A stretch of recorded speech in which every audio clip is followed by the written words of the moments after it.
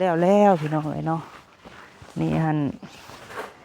เห็ดเป็นเสาโซทางหน้าบ้านพี่น้องเอ้ย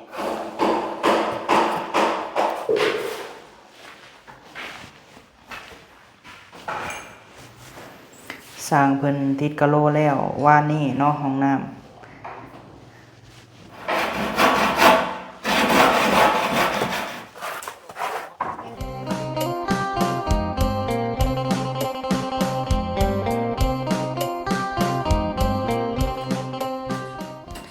กราบสบายดีผมแม่พี่น้องสบายดีเบิดสุขุสุคนเด้อพี่น้องเอ้ยเนาะมาพบมาพ่อกับบ่าวพามีอีกแล้วพี่น้องเอ้ยเอาพบพ่อกันมื้อนี้เนาะพี่น้องเนาะเปิดคลิปอยู่กระท่อมน้อยคอยฮักพี่น้องเอ้ยของบ่าวพามีพี่แหละเนาะอยู่ทางดินไม้พี่น้องเอ้ย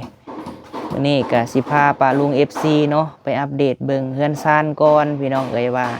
ทางไอ้สร้างรถเพิ่นเฮ็ดฮอดไซแล้วเนาะพี่น้องเนาะลายมือแล้วบ่ได้ถ่ายให้เบิ่งพี่น้องเอ้ยทางหน้านี่แม่นเพิ่นกำลังตกแต่งเสาพี่น้องเอ้ยกำลังสาบเสาเนาะพี่น้องแล้วก็เพิ่นทั้งสาบทั้งฟ้าแน่พี่น้องเอ้ยโดยเอาจังใดก็มีแต่ฝากให้กำลังใจบ่าวพามีเนี่ยเด้อเนาะแม่ๆ FC ทุกท่านหลังจากว่าเพิ่นทราบแล้วเนาะพี่น้องเนาะเฮาก็สิจ่ายเงินให้เพิ่น18,000 บาทพี่น้องเอ้ยบ่พอมีก็สิได้โจ๊ะก่อนเนาะพี่น้องเนาะเพราะว่าต้องโจ๊ะไว้ก่อนพี่น้องเอ้ยต้องหางบก่อนบัดนี้เนาะโดยเฮ็ดไปมีเท่าใดก็เฮ็ดส่ำนั้นพี่น้องเอ้ยมีแต่ถามไอ้สร้างเพิ่นเบิ่งว่าค่านั่นนี่เท่าใดแล้วเฮาก็เก็บโฮมไว้พี่น้องเอ้ยบัดนี้หันบ่าวพามีสิได้โจ๊ะก่อนเนาะพี่น้องเนาะหลังจากว่าจ่ายเงินค่าสร้างค่าสาบนี่แล้วเนาะพี่น้องเนาะแต่ว่ามื้อนี้ก็คือสิบ่ทันแล้วดอกพี่น้องเอ้ยเพราะว่าสูงแน่เนาะเฮือนสูงแน่แหละบัดนี้หันอีกมื้อ2มื้อพุ่นแหละคือสิแล้วเพราะว่าทางในหันเรียบร้อยแล้วพี่น้องเอ้ยกะโลเฮาตอนนี้ก็มาก็ถือว่าครบแล้วเนาะทั้งเฮือนใหญ่แล้วก็เฮือนครัวพี่น้องเอ้ยแต่ว่าห้องน้ำหันบ่าวพามีให้เพิ่นใส่ก่อนใส่ซำเฮามีพี่น้องเอ้ยเฮือนกะโลห้องน้ำหันแม่น 2,100 บาทพี่น้องเนาะค่าติดกะโลพี่น้องเอ้ยตอนนี้เพิ่นกำลังใส่บ้านเนาะเพราะว่าบ่มีห้องน้ำเข้าพี่น้องเอ้ยก็เลยว่าให้สร้างเพิ่นเฮ็ดห้องน้ำหันไปก่อนเนาะบัดเฮาได้เงินพุ่นแหละหาเก็บเงินโฮมเงินก่อนพี่น้องเอ้ยแล้วจังสิใส่เฮือนใหญ่เนาะเพราะว่าเฮือนใหญ่หันมันก็ตกอยู่9,100 บาทพี่น้องเอ้ยค่าเข้ากะโลติดกะโลเนาะแต่ว่าตอนนี้บ่พอมีบ่หลายพี่น้องเอ้ยก็เลยว่าหยุดซะก่อนเนาะพุ่นแหละเท่าเฮามีพุ่นจังให้เพิ่นมาติดให้พี่น้องเอ้ยจังได๋บ่พอมีก็ขอบคุณแม่บิ่งกับพ่อเพชรหลายๆเด้อเนาะที่เพิ่นให้บ่พอมี 5,000 ตั้งแต่มื้อลายมือก่อนแล้วพี่น้องเอ้ยบ่พอมีก็เลยว่าซื้อกะโลเนาะมาใส่ห้องน้ำพี่น้องเอ้ยบัดนี้ก็สิมีห้องน้ำใส่ไปก่อนแล้วก็อยู่เฝ้าเครื่องของไปก่อนพี่น้องเอ้ยหาเก็บกี่โฮมจังใดก็ฝากแม่ๆ FC ทุกท่านที่เบิ่งคลิปบ่าวพามีก็เบิ่งคลิปให้ในเด้อป้าลุงเอ้ยเพื่อความฝันสิเป็นจริงเนาะพี่น้องเนาะก็รอมื้อใดก็ต้องรอพี่น้องเอ้ยเนาะค่อยเฮ็ดค่อยไปเด้อป้าลุงเอ้ยโดยขอบคุณสุหม่องสุบอนพี่น้องเอ้ยไปจังใดก็สิพาเลาะเบิ่งก่อนพี่น้องเอ้ยเลาะเบิ่งก่อนเนาะช่วงนี้บ่พอมีก็อยู่พี่แหละพี่น้องเอ้ยอยู่ทางตูบพี่แหละเนาะนราตรีกับบ่าวเก่งเพิ่นบางทีก็น้องเพิ่นเมื่อนอนพุ่นแต่บ่พอมีอยู่พี่ประจำพี่น้องเอ้ยเพราะว่าพอได้เฮ็ดเวียกเฮ็ดงานเนาะตื่นมาก็เฮ็ดเวียกของเจ้าของพี่น้องเอ้ยไปเนาะเข้าไปเบิ่งนํกัน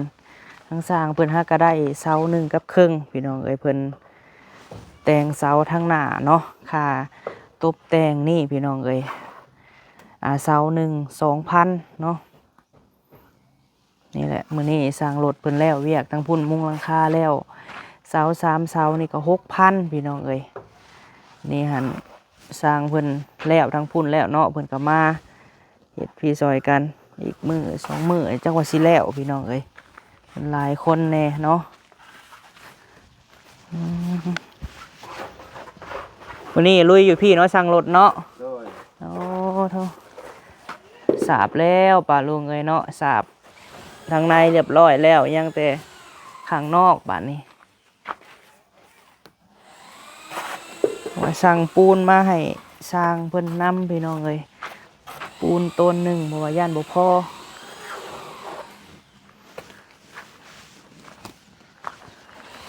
กำลังพากันสาบด้านนอกเสานี่เพิ่นก็จับเตรียมเสาไว้เลย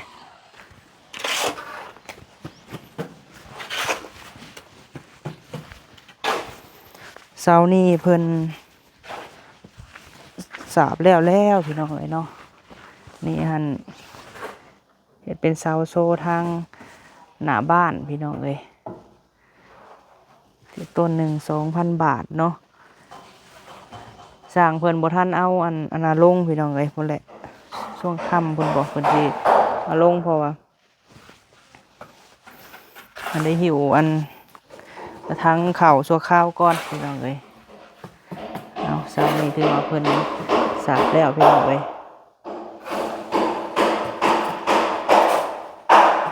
เสานี่กำลังจับเรียงเสาไว้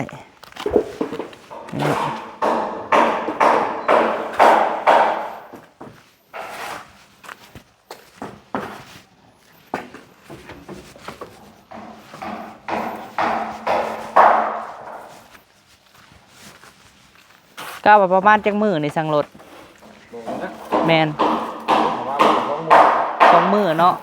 อ๋อมาเบิกกุคนแล้วแหละวันนี้สั่งโจ้บ่ได้มาโมงคนเดียวเป็นประโยชน์4 มื้อก็บ่แล้วถ้าว่ามาครบเพิ่นว่า2 มื้อก็สาบแล้วพี่น้องด้านนอกนี่เนาะ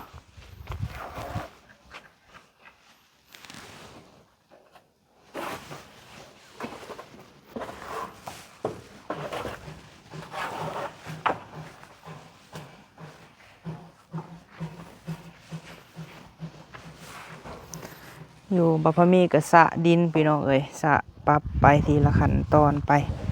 ปรับหนาดินเนาะนี่ก็เริ่มสูงแล้วพอคอยเห็ดไปนี่ซื้อนี่มาปลูกพี่น้องเริ่มเขียวงามเลยเอาเฟืองมาใส่เอาฟางมาใส่เนาะแล้วก็หดน้ำใส่พุ่นเลยพี่น้อง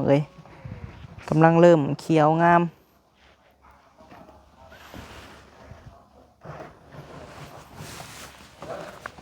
เดี๋ยวเข้าไปเบิ่งทั้งสร้างเพิ่นสิใส่บ้านพี่น้องบ้านห้องน้ำแล้วพอได้เข่าเนาะ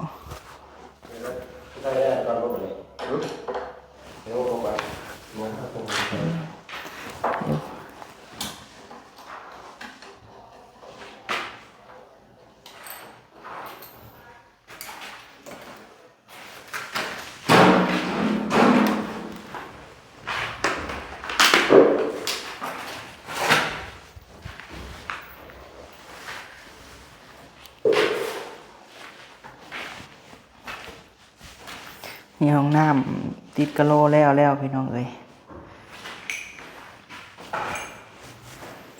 สร้างเพิ่นติดกะโลแล้วว่านี่เนาะห้องน้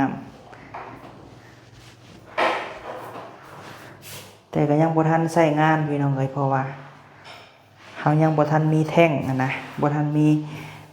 ถังมีแต่ตักเข้าซะก่อนเนาะยังอีกโดนอยู่ดอกพี่น้องแล้วเพิ่นแล้วว่านนี่ห้องน้ำเนาะนี่เขาก็ตักเข่าซัวข้าวไปซะก่อน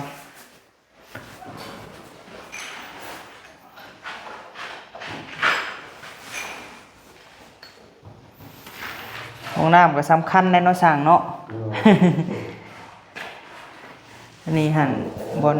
กอกน้ำพี่น้องเขาก็ใส่ธรรมดาทั่วไป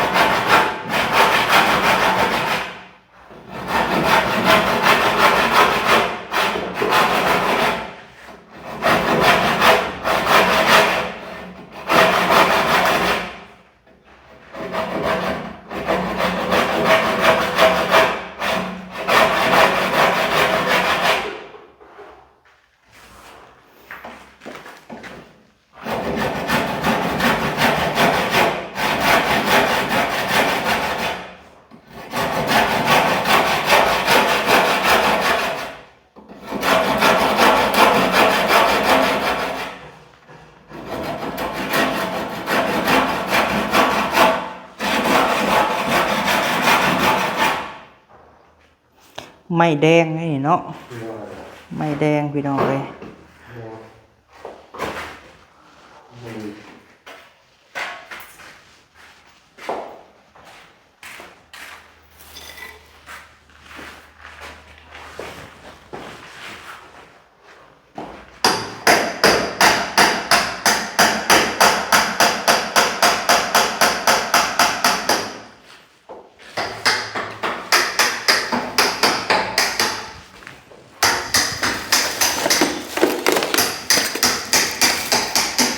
นี่บิดพี่น้องเลยเราพอมีซื้อว่านนี่เนาะ300กว่า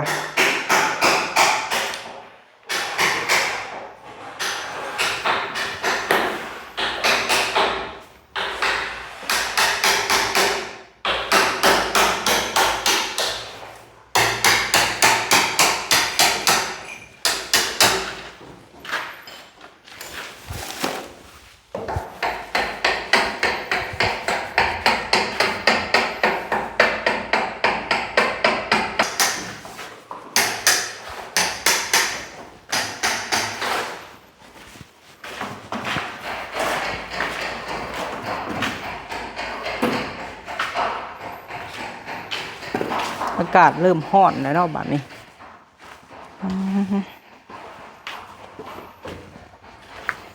มื้อนั้นก็ปรับทางนี้พี่น้องเอ้ยปรับหนาดินทางพี่แล้วเนาะยังแต่จงไว้น้อยนึงพี่น้องเอ้ยเอาไว้ทมหลุมห้องน้ำ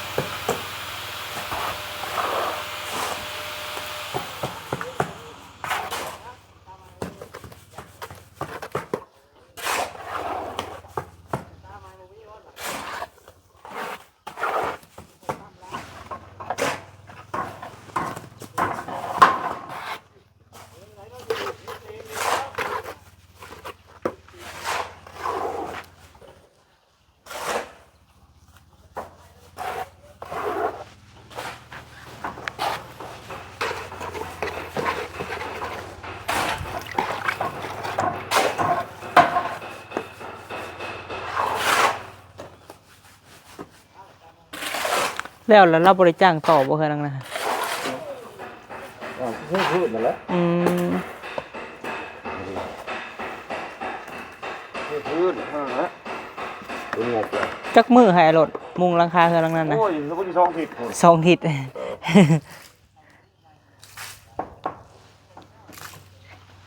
ที่ช่องผิด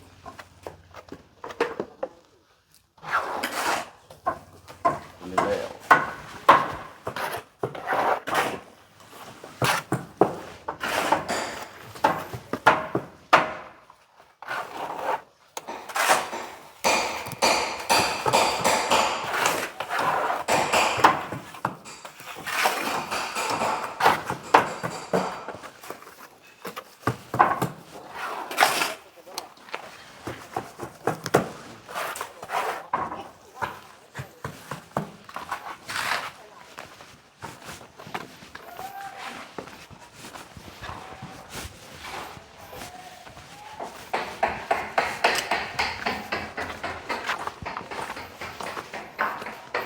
ข้างนี้ก็ปรับเรียบร้อยพี่น้องเอ้ยหลายท่านโอ้บ่พอมีว่าย่านน้ำไหลลงเด้อเพิ่นว่าฝนตกเนาะก็ยังสิเทอยู่พี่น้องเอ้ยคือว่าแหละคอยเฮ็ดไปทีละหน่อยไหลก็ยังสำใดก็เอาสำนั้นเนาะนี่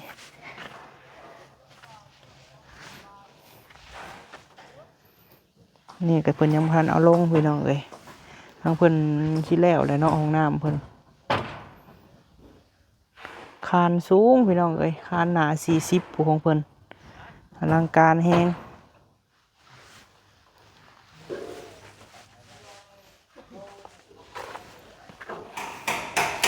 เอาสิไปเบิ่งเพิ่นเฮ็ดอันก่อนพี่น้องเอ้ยซ้ำซาเฮาจบคลิปเนาะเลาะเบิ่งแค่นี้ก่อนให้เบิ่งสร้างเพิ่นเข้าบ้าน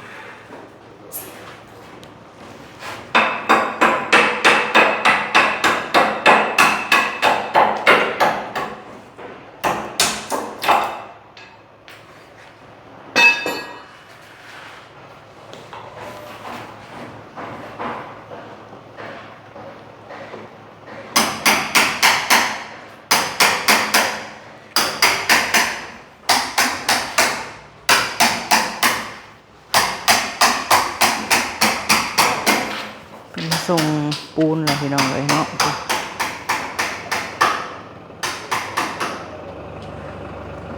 สั่งปูนมาเช้านี่ต้นหนึ่ง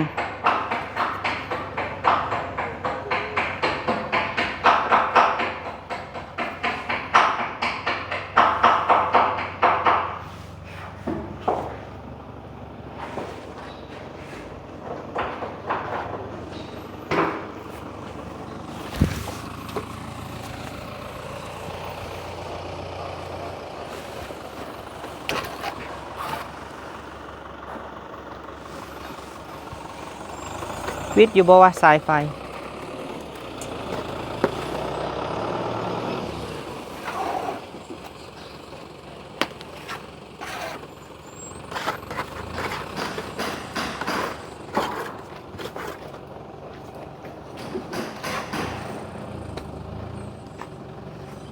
มันจ่อเนาะ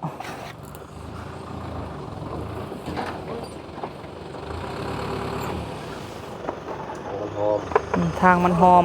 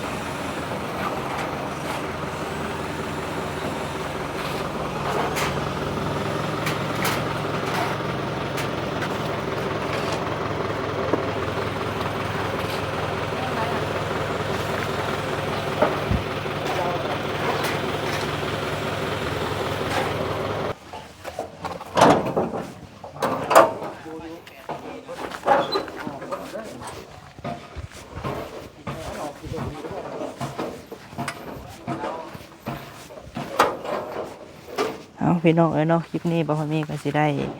ขอจบคลิปก่อนเด้อพี่น้องเอ้ยขอบคุณสุหมองสุบอนเนาะที่ว่าให้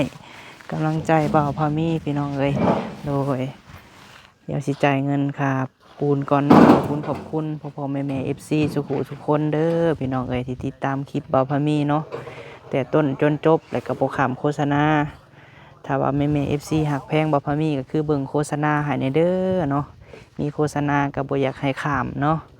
เอาจังได้ก็ฝากเป็นกำลังใจให้ลูกชายหล้านชายผู้นี้แน่เนาะโดยป้าจังได้คลิปนี้พี่น้องเอ้ยสิได้ขอจบคลิปก่อนพบพ่อคลิปหน้าสิได้ออกไปถ่ายคลิปข้างนอกพุ่นก้อนบัดนี้เนาะโดยสบายดีเด้อพี่น้อง